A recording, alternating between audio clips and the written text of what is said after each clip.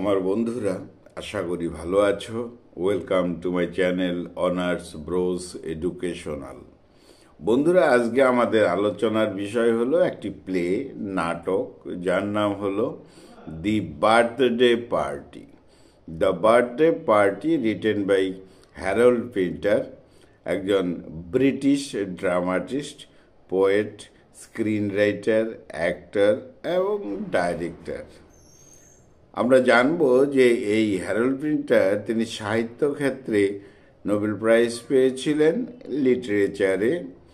আর এই Harold Pinter ছিলেন একজন কি figure of the theatre of the absurd, অর্থাৎ 19th সেঞ্চুরি ইউরোপে যে একটা প্রভাব এসেছিল অ্যাবসার্ড ড্রামা, অর্থাৎ অদ্ভুত ধরনের ড্রামা, এক রহস্যময় ড্রামা, যে ড্রামাতে কম কথা বলা হয় এবং তাতে অনেক কিছু ইশারায় ইনডাইরেক্টলি বোঝানো হয়, এরকম রহস্যময় ড্রামা, অ্যাবসার্ড ড্রামা আমরা লক্ষ্য করব। দ্য বার্থডে পার্টি এটা হলো একটা অ্যাবসার্ড ড্রামা। তো বলা হয় যে এই বার্থডে পার্টি, এই নাটকটি পাবলিশ করা হয়েছিল অর্থাৎ 1957-1959-এ। তখন এটা মঞ্চস্থও করা হয়। যাই হোক, এখানে তাহলে বলা হলো থিয়েটার অফ অ্যাবসার্ড, বা একে বলা হয় কমেডি অফ ম্যানেক্স, অর্থাৎ থ্রেট, কমেডি অফ ম্যানার্স নয়, কমেডি অফ ম্যানেজ বা ম্যানেক, অর্থাৎ ভীতি প্রদর্শন।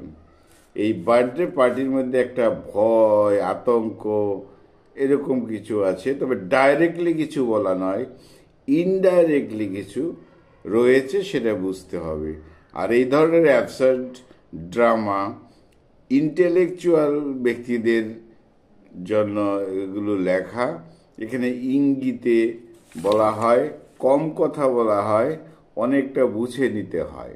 যাই হোক, তাহলে এই বার্থডে পার্টি এটাকে বলা হয় পিজিয়ন হোল, অর্থাৎ কিনা পায়রা বা কবুতরের বাক্স, অর্থাৎ জেলবন্দি, এরকম একটা কিছু বিষয় রহস্য রয়েছে। যাই হোক, লিটারেরি পিরিয়ডটা ছিল পোস্ট মডার্নিজম। আর সেটিং রাখা হয়েছে এই নাটকের ইংল্যান্ড, অর্থাৎ ইংল্যান্ডে এক বোর্ডিং হাউস রয়েছে, এটা কোস্টাল রিসোর্ট টাউনে, নট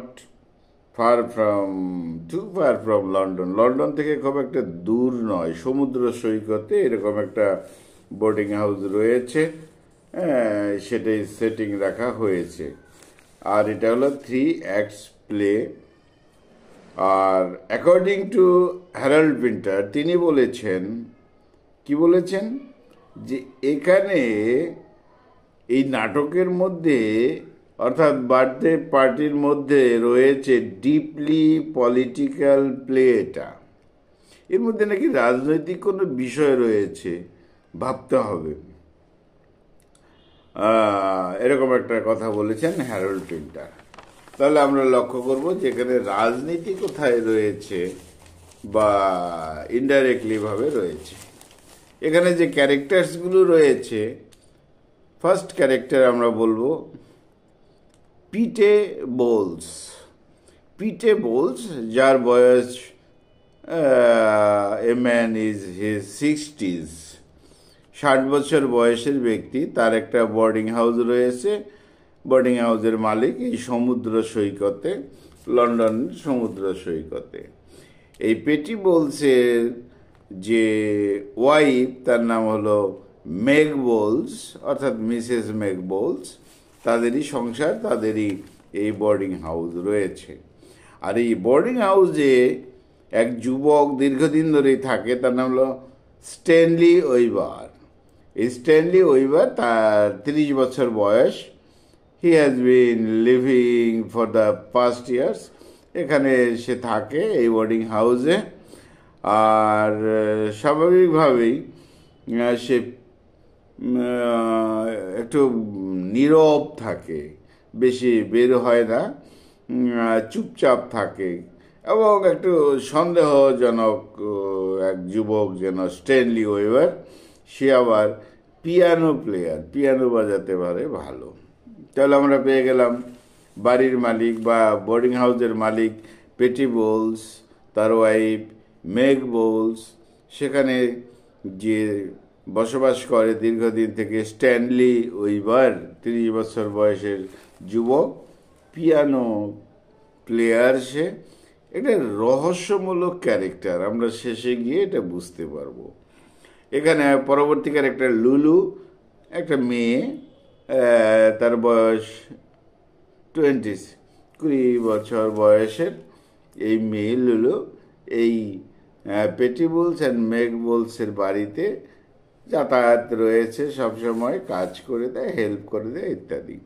পরবর্তী ক্যারেক্টার হলো গোল্ডবার্গ। গোল্ডবার্গের বয়স 50 বছর, বেশ হ্যান্ডসাম রয়েছে। যাই হোক, সেও আসে এই বোর্ডিং হাউসে থাকতে। আর এই গোল্ডবার্গের সঙ্গে আরও একজন আসে, ম্যাককেন।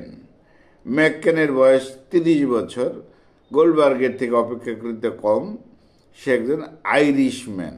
এরা দুজন কিন্তু আবার আসে। আর এখানে একটা হেডম্যান রয়েছে, মন্টি, একটা অর্গানাইজেশনের হেড। যাই হোক, কিন্তু তাকে কখনো দেখা যায়নি এই নাটকে এবং কথা বলতে, কিন্তু তার কথা রয়েছে, মন্টি। যাই হোক, তাহলে এই যে স্ট্যানলি ওয়েবার যুবক ছেলেটি, যে কিনা পিটার অ্যান্ড মেগের, অর্থাৎ মিস্টার পিটার পেটি, মিস্টার পিটে বোলস এবং মিসেস ম্যাগের বোর্ডিং হাউসে থাকে, একলা থাকে, গেস্ট হিসাবে থাকে, তাদের সাথে খাওয়া দাওয়া করে ইত্যাদি। আর এই বোর্ডিং হাউসটা ইংল্যান্ডের সমুদ্র সৈকতে রয়েছে। যাই হোক, কয়েক বছর কেটে গেছে এই স্ট্যানলির, এখানেই থাকে, বসবাস করে যুবক স্ট্যানলি। বাইরের জগতের সাথে খুব একটা সম্পর্ক নেই, আলাদা থাকে, বাইরের জগতের সাথে কন্ট্যাক্ট রাখেও না। যাই হোক, এক সকালবেলা এই যে বাড়ির মালিক, অর্থাৎ বোর্ডিং হাউসের মালিক পিটে বোলস এবং Meg Boles, husband and wife, তারা ব্রেকফাস্ট টেবিলে রয়েছে, তারা কথাবার্তা বলছে, মিস্টার পেটি বোলস খবরের কাগজ পড়ছেন ইত্যাদি। আর এই মিসেস মেগ বলছেন, বারবার জিজ্ঞেস করছেন ব্রেকফাস্ট কেমন হয়েছে ইত্যাদি ইত্যাদি, বারবার একই প্রশ্ন। আবার মিসেস মেগ বলছে, স্ট্যানলি এখনো উপর থেকে নিচে নামেনি কেন, আসছে না কেন, নিজে গিয়ে স্ট্যানলিকে নিয়ে আসতে যায় আর কি। যাই হোক, এই মিস্টার পেটি আবার তার তো কাজ রয়েছে, তিনি চলে যায়। এবার তাহলে এই ব্রেকফাস্টের টেবিলে কি আসলো, যুবক স্ট্যানলি আর তো মিসেস মেগ রয়েছে। যাই হোক, দুজনে কথাবার্তা হচ্ছে। তো হঠাৎ করে স্ট্যানলি, এই যুবক বলছে, দীর্ঘদিন থাকে এখানে, মেগকে বলছে, মিসেস মেগকে বলছে, আপনি ভালো ওয়াইফ নন, হাজবেন্ডকে কি করে একটু যত্ন করতে হয়, কেয়ার করতে হয়, কফি দিতে হয়, এইসব আপনি ঠিক মতো দিতে পারেন না, এরকম কথা হচ্ছে। তখন মিসেস মেগ বলছে, তিনি যথেষ্ট কেয়ারটেকার মেন্টালিটির একজন মহিলা এবং লাভিং ওয়াইফ, এইসব নিয়ে আলোচনা হয়। এবার মিসেস মেগ বলছে, হঠাৎ করে দুজন নতুন লোক আসছে, এই বোর্ডিং হাউসে থাকবে, অর্থাৎ আমাদের এখানে থাকবে। কে বলছে? Mrs meg. তো স্ট্যানলি যেন হঠাৎ করে চমকে উঠল, রহস্য রয়েছে কিন্তু, বিস্মিত হলো, কে তারা, নতুন লোক ইত্যাদি ইত্যাদি, এরকম একটা প্রশ্ন হলো, মুখটা যেন ফ্যাকাশে হয়ে গেল এই যুবক স্ট্যানলির। যে এবার মিসেস মেগ জানালো যে হাজব্যান্ড পেটির সাথে বা পিটের সাথে দেখা হয়েছিল, সমুদ্র সৈকতে বিচে দেখা হয়েছিল দুইজন লোকের সাথে, তারা সম্ভবত আসছে খুব তাড়াতাড়ি আমাদের বোর্ডিং হাউসে আসে। এবার স্ট্যানলি বলছে যে তুমি বলছো, মানে মিসেস ম্যাককে বলছে যে ঠিক আছে, তবে মনে হয় তুমি মিথ্যা বলছো। দীর্ঘদিন আমি তোমাদের এই বোর্ডিং হাউসে আছি, একাই তো আছি, কেউ আসে না, আমার বিশ্বাস হয় না। আসলে স্ট্যানলির মনে একটা সন্দেহ, এবং সে চাইছে যে অন্য কেউ যেন না আসে। তাহলে কি একটা রহস্য, প্রশ্নবোধক চিহ্ন নিশ্চয়ই রয়েছে। এইবার মিসেস ম্যাক বলে, স্ট্যানলিকে বলছে যে ব্রেকফাস্ট কেমন হয়েছে ইত্যাদি ইত্যাদি কথাবার্তা চলছে।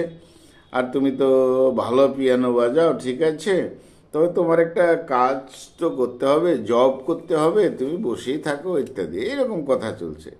স্ট্যানলি তখন জানায় যে নাইট ক্লাবে একটা জব অফার করা হয়েছে বার্লিনে। হ্যাঁ, আমি দেখছি, ভাবছি। আর তাছাড়া দূর দূরান্তে পিয়ানো বাজিয়েছি, ব্যস্ত থাকি, সুনাম পেয়েছি, এরকম গল্প কথা হচ্ছে। এমন সময় দরজায় কেউ এলো। হঠাৎ করে দেখা গেল যে লুলু এসেছে, ওই যে মেয়েটি ওই বাড়িতে আসে, যোগাযোগ রয়েছে, এই বাড়ির সাথে সম্পর্ক ইত্যাদি। লুলু এসেছে, আর মিসেস ম্যাক গিয়ে তার সাথে ফিসফিস করে কি যেন কথা বলছে। এই যে কি যেন কথা বলছে, এর মধ্যে অনেক কিছু থাকে। যাই হোক, তা মেয়েটি লুলু কি করেছে, একটা পার্সেল নিয়ে এসছে। কার জন্য? স্ট্যানলির জন্য। কেন? স্ট্যানলির তো বার্থডে। যাই হোক, স্ট্যানলি সেটা রেখে দেয় হাতে নিয়ে। লুলু তখন বলে, তুমি এই ঘরে, মেয়েটা বেশি কথা বলে ইত্যাদি চটপটে। লুলু বলছে, তুমি সবসময় ঘরে বসে থাকো, তোমার ঘর একদম গন্ধ হয়ে গেছে, একদম দম বন্ধ অবস্থায়, কেন তুমি কি বাইরে যেতে পারো না? তখন স্ট্যানলি বলছে, আজকেও তো আমি সকালে ঘুরে এলাম সমুদ্র সৈকতে ইত্যাদি। তখন লুলু একটা আয়না নিয়ে ওই স্ট্যানলির সামনে রাখে, বুঝাতে চায় যে দেখো তুমি বাইরের জগতের সাথে সম্পর্ক না রেখে কেমন হয়ে গেছো। তা লুলু বলছে, চলো আমরা ঘুরে আসি কোথাও। স্ট্যানলি বলছে, না এখন না। লুলু চলে যায়। যাই হোক, এরপরে দুইজন বলা হয়েছিল নিউ গেস্ট, তারা চলে আসে। একজন হলো গোল্ডবার্গ এবং আরেকজন হলো ম্যাকক্যানন। গোল্ডবার্গ 50 বছর বয়স, ম্যাকক্যানন 30 বছর বয়স। এই দুইজন নিউ গেস্ট চলে আসে। তাদের আশা দেখেই স্ট্যানলি কিন্তু ভেতরে চলে যায়, কোথায় যেন কিছু রয়েছে। যাই হোক, মিসেস ম্যাক কি করছে, এই নিউ গেস্টদের ওয়েলকাম জানায়। মিসেস ম্যাক বলছে যে স্ট্যানলি নামে একজন যুবক এখানে অনেকদিন ধরেই থাকে, তার আজকে বার্থডে পার্টি, তোমাদেরকেও আমন্ত্রণ, তোমরা নিউ গেস্ট, তোমরা অবশ্যই আসবে। এবার তারপর মিসেস ম্যাক তাদের রুম দেখিয়ে দেয় আর কি। কাকে কাকে? এই নতুন যে গেস্ট গোল্ডবার্গ এবং ম্যাকক্যাননকে। যাই হোক, স্ট্যানলি এবার বারবার জানতে চায়, উৎসাহী মন, উৎসুক মন, যে এরা কারা, এটা প্রশ্ন করে মিসেস ম্যাককে বারবার। তো মিসেস ম্যাক তখন বার্থডে পার্টি নিয়ে কথা বলে, আর ওই লুলু যে গিফট পার্সেল নিয়ে আসছিল সেই সব নিয়ে কথা বলে। কিন্তু স্ট্যানলির প্রশ্ন, সন্দেহের প্রশ্ন, যে এরা কারা, নতুন এখানে এসছে। যাই হোক, ওই যে লুলু যে পার্সেল প্যাকেজটা নিয়ে এসেছিল, ওখানে একটা ড্রাম ছিল, ড্রাম। এগুলা সিম্বলিক, এলিগোরিক্যাল ড্রাম ছিল। এই ধরনের নাটকে, অ্যাবসার্ড ড্রামাতে এই ধরনের রহস্য থাকে। একটা ছোট ড্রাম ছিল। স্ট্যানলি ড্রামটা কাঁধে নেয়, বাজায়, আবার চলে যায়। কিন্তু কেন যেন বাজাতে বাজাতে উত্তেজিত হয়ে যায়, মনটা যেন ঠিক নেই, রিদম যেন হারিয়ে গেছে। কার? স্ট্যানলির। যাই হোক, সন্ধ্যার সময় স্ট্যানলি ম্যাকক্যাননের সাথে দেখা হয়। পয়েন্টেড, স্ট্যানলি যে যুবকটা আগে ছিল তার সঙ্গে নতুন যে যুবক এসছে ম্যাকক্যাননের সাথে দেখা হয়। স্ট্যানলির তো সন্দেহ, এরা কেন এখানে বোর্ডিং হাউসে আসবে। গোল্ডবার্গের কাছেও বারবার জানতে চায়, তোমরা এখানে কেন, তোমরা কারা, এরকম বিষয়। কে জানতে চায়? স্ট্যানলি। তা ম্যাকক্যানন যে যুবকটি নতুন এসেছে, সে বারবার এই বয়স্ক গোল্ডবার্গকে বলে যে কিছু কিন্তু বলবে না, এরকম কথাও হয় ফিসফাস করে।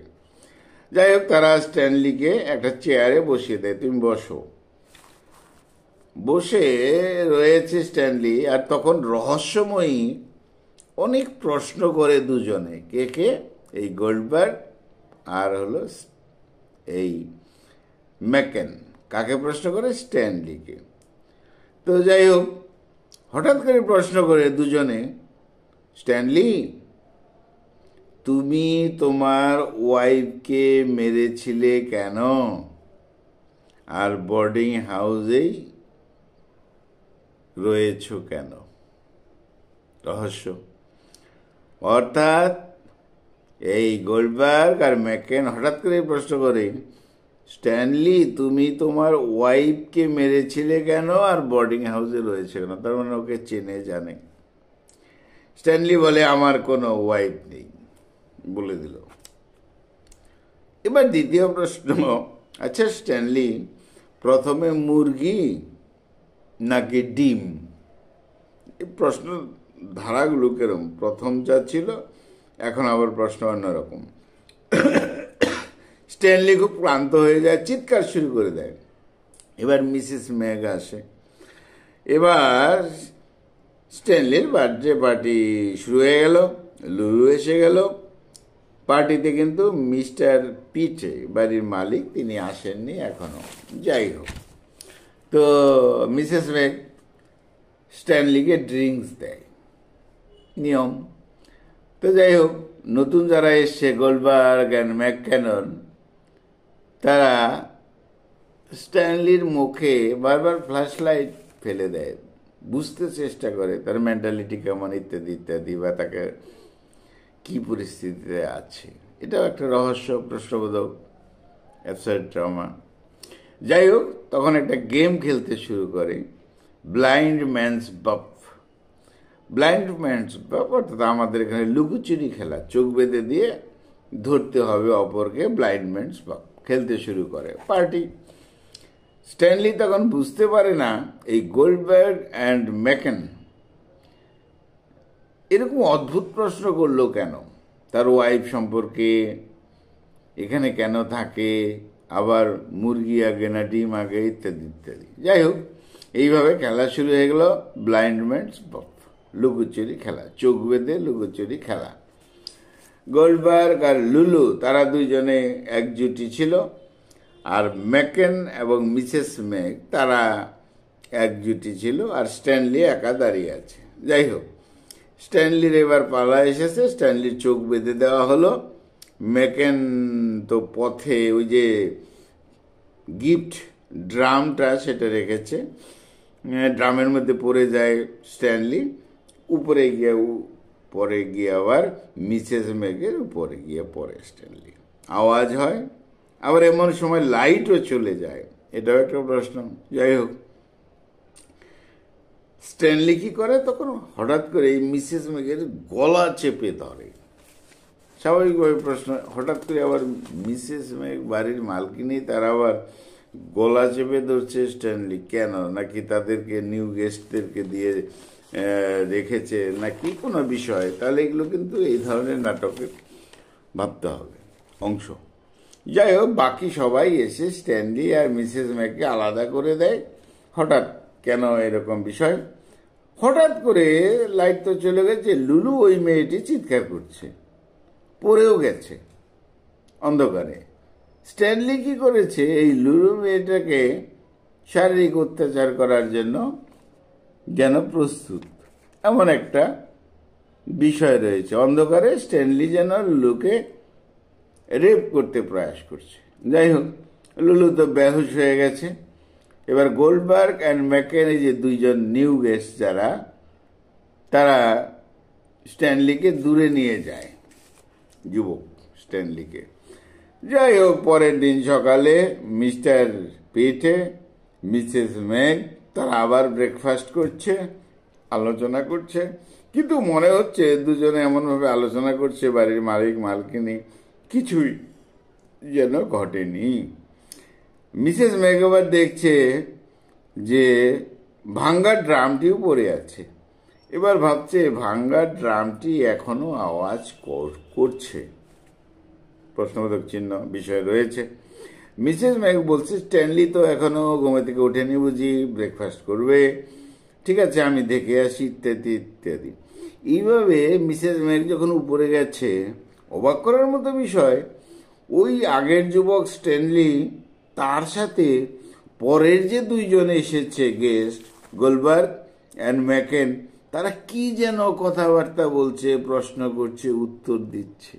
তার মানে তিনজনের মধ্যে পরিচয় রয়েছে, ইত্যাদি ইত্যাদি। এরকম একটা সন্দেহ কিন্তু মিসেস ম্যাক বাড়ির মালকিনীর হলো। পরে গোল্ডবার্গ ওই বাড়ির যে মালিক মিস্টার পেটিকে বলছে, সব বিষয় জানায় বার্থডে পার্টির। তখন মিস্টার পেটি বলছে স্ট্যানলি তো নার্ভাস ব্রেকডাউন হয়েছে, নার্ভ ফেল করেছে। তখন স্ট্যানলিকে দেখা গেল যে সে নিচে নেমে আসতেছে, বিড়বিড় করতেছে, দুর্বল মনে হচ্ছে স্ট্যানলি।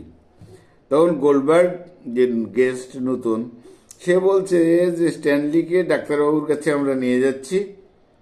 হ্যাঁ, গোল্ডবার্গ কি করলো, যেন কিছু একটা গোপন কিছু করছে এমন বুঝতে পারলেন বাড়ির মালিক মিস্টার পিটে। তার সন্দেহ হলো ওকে বা ওরা কোথায় নিয়ে যাবে, ইত্যাদি ইত্যাদি। যাই হোক, যুবক স্ট্যানলিকে গোল্ডবার্গ অ্যান্ড ম্যাকেন, নতুন যে দুজন, তারা নিয়ে গেল। এটাও প্রশ্ন, কোথায় নিয়ে গেল, কেন নিয়ে গেল, এই ধরনের ড্রামার। যাই হোক, বাড়ির মালিক মিস্টার পিটে বলছে স্ট্যানলি, শুধু শোনা গেল যখন নিয়ে যাচ্ছে, স্ট্যানলি তুমি কখনো কিছু বলো না, তুমি কি করতে। এটাও বড় রহস্য। যখন গোল্ডবার্গ অ্যান্ড ম্যাকেন নিউ গেস্ট নিয়ে যাচ্ছে পুরনো যুবক স্ট্যানলিকে, তখন বাড়ির মালিক হঠাৎ করেই বলছে, মিস্টার পিটে বলছে, স্ট্যানলি তুমি কিন্তু মুখ খুলো না, তুমি কিন্তু কখনো কিছু বলো না, তুমি কি করতে, তুমি যে কি করতে এটা কিন্তু তুমি বলো না। এইভাবেই কিন্তু নাটকটি শেষ হলো। তাহলে বন্ধুরা, বলাই হয় এই অ্যাবসার্ড ড্রামাতে রহস্য থাকে, রহস্যের বিষয়। আর হ্যারল্ড পিন্টার তিনি নিজেই বলেছেন এখানে পলিটিক্যাল বিষয় রয়েছে। তাহলে এই ধরনের ড্রামা অডিয়েন্সদেরকে বুঝতে হয়। ইনডাইরেক্টলি অনেক কিছু বলা থাকে, সংক্ষিপ্তভাবে কিছু বলা থাকে। এখানে তিনজনের মধ্যে কি বিষয় আছে, হঠাৎ করে প্রশ্ন করা হলো স্ট্যানলিকে, তুমি তোমার ওয়াইফকে মেরেছ কিনা, কিন্তু সেটা ক্লিয়ার কিছু থাকবে না, আবছা বিষয় থাকবে, এই ধরনের নাটকে। যাই হোক বন্ধুরা, আজকে আমাদের আলোচনার বিষয় ছিল নাটক the birthday party, written by Harold Pinter. বন্ধুরা খুব ভালো থেকো, আমার চ্যানেলটা সাবস্ক্রাইব করো। Thank you.